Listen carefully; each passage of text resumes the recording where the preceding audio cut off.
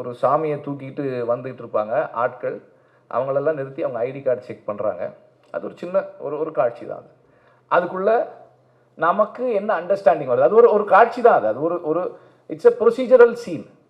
It has got nothing in it but a procedure, a normal procedure of someone doing due diligence.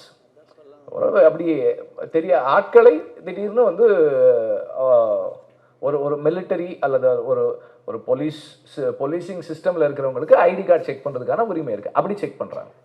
அவ்வளோதான் அந்த காட்சி. ஆனால் அதுக்குள்ளே இருக்கிற ஒரு பொலிட்டிக்கல் ஸ்டேட்மெண்ட் ஒன்று இருக்குது.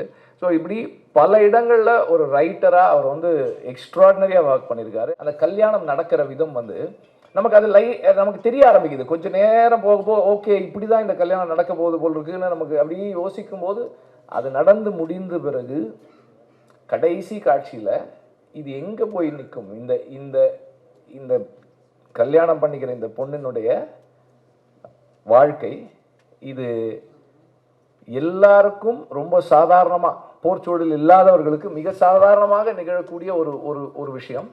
இந்த பொண்ணுக்கு கிடைக்கக்கூடிய சூழல் இருக்கா இல்லையானே தெரியாமல் ஒரு பெண் கல்யாணம் பண்ணி முடிக்கிறார். இந்த இடத்துல